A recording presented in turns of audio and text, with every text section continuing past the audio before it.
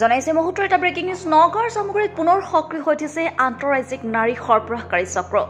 ৰাজু শেখ নামৰ এজন যুৱকে ৰঙাগড়া গৰিয়াজান গাঁৱৰ দুগৰাকী নাবালিকাক ছিকিমলৈ নিয়াৰ সময়তেই স্থানীয় ৰাইজৰ ৰোষত পৰে উক্ত যুৱকজন।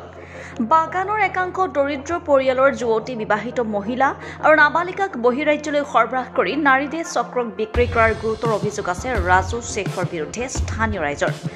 কালিও দুগৰাকী নাবালিকাক বিভিন্ন প্ৰলোভনেৰে কামৰ সন্ধানত বহিৰাজ্য ছিকিমলৈ সৰবৰাহ কৰাৰ চেষ্টা চলাওঁতে স্থানীয় ৰাইজে হাতে লোতে কৰায়ত্ব কৰি গতাই দিয়ে সামগ্ৰী আৰক্ষীক। বিগত বহু বছৰ ধৰি নগাঁৱৰ সামগ্ৰীৰ উদমাৰীৰ ৰাজু শেখ নামৰ যুৱকজনে নাৰী সৰবৰাহকাৰী কাৰ্যত জড়িত হৈ থকাৰ অভিযোগ স্থানীয় ৰাইজৰ। অধিক তথ্যৰ বাবে জেৰা অব্যাহত ৰাখিছে সামগ্ৰী আৰক্ষীয়ে। পিছত মই অচি ছাৰলৈ ফোন কৰিলো। তেওঁ কাম কৰিবলৈ লৈ যাম বুলি আনিছিলে, এই ছিকিম লৈ যাম বুলি আনিছিলে। ছোৱালীবিলাকক সোধপোছ কৰাৰ পিছতে মই গম পাইছো। মোৰ সন্দেহ মানে ইয়াৰ লগত আৰু কেইজন জড়িত আছে, আমি এতিয়ালৈকে ধৰিব পৰা নাই। যদি আৰক্ষী বিষয়াই যদি সোধপোছ কৰে, ইয়াৰ বিষয়ে আৰু তদন্ত কৰি কেইজন আছে কি আছে বহুতখিনি মানে ওলাই যাব। হয়, ছোৱালীজনী দুজনীক উদ্ধাৰ কৰিলো, আনি পেলাই আমি থানাত সমজাই দিছে, থানাৰ পৰা গৃহস্থক সমজাই দিছে। হয়, তেওঁ স্বীকাৰ কৰিছে এই কামখিনি তেওঁ বহুত দিনৰ পৰা চলাই আছে আৰু যোৱা 1 বছৰ ধৰি তাই মানে কামটো বন্ধ কৰিছিলে, কিন্তু আকৌ এইটো কামটো ষ্টাৰ্ট কৰিছে। আৰু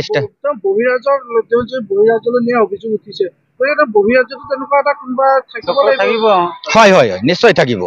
আৰু যদি এনেকুৱা যদি সিহঁতৰ আগা পিছা ৰাইট হেণ্ড লেফ্ট হেণ্ড নাথাকে তেনেকৈতো এই কামখিনি কৰিব নোৱাৰে।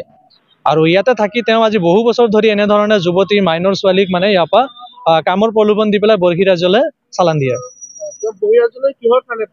কামৰ বিনিময়ত দিয়ে বুলি কৈছে, কিন্তু তাত এতিয়া হয়তো অসামাজিক কামতো লিপ্ত কৰাব পাৰে বা ইয়াৰ পৰা অসমৰ ছোৱালীক লৈ পেলাই বহিৰাজ্য যেতিয়া কামত নিয়োজন কৰিব, এতিয়া কি কামত নিয়োজন কৰে সেইখিনিতো নাজানো, কিন্তু বৃহৎ ডাঙৰ এটা মানে নাৰী সৰবৰাহকাৰী চক্ৰৰ মানে লগত তেওঁ ইনভলভিং আছে। আৰু এগৰাকী মাইনৰ 16 বছৰীয়া ছোৱালী আৰু এগৰাকী 17 বছৰীয়া ছোৱালী। হয় হয়, যোৱাকালি এজন গাৰ্জেন আৰু আমি সকলোৱে আহি পেলাই ইয়াতে এজন গাৰ্জেনৰ দ্বাৰা FIR মানে লজ কৰা হ'ল আৰু আজি পুলিচে কাৰায়ত্ব কৰি আনি এতিয়া বৰ্তমান তেখেতক ইয়াৰ পৰা মানে চালান দিব। আৰু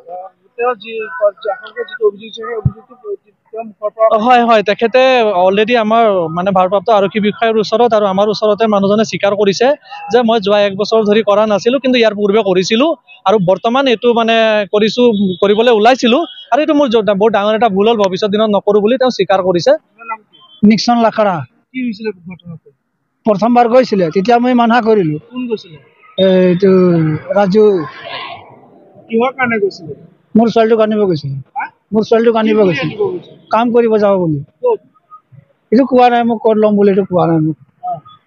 তাৰপিছত আৰু মই মানা কৰিলো, তেতিয়া সি নগ'লে।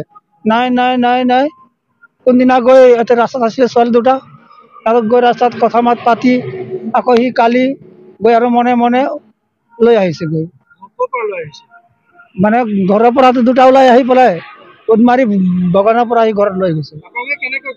কেনেকৈ গম পালো মানে এটা ধৰাৰ কাৰণে মই গম পালো। মোৰ লগত ফোন কৰিলে, যোগাযোগ কৰিলে, তেতিয়া আকৌ আহিলো সিহঁতৰ তাত আহি আকৌ তাৰ পৰা লৈ আনিলো থানাত। নগাঁৱৰ পৰা বিভূতি বৰাৰ ৰিপৰ্ট, সুহানা লাইভ।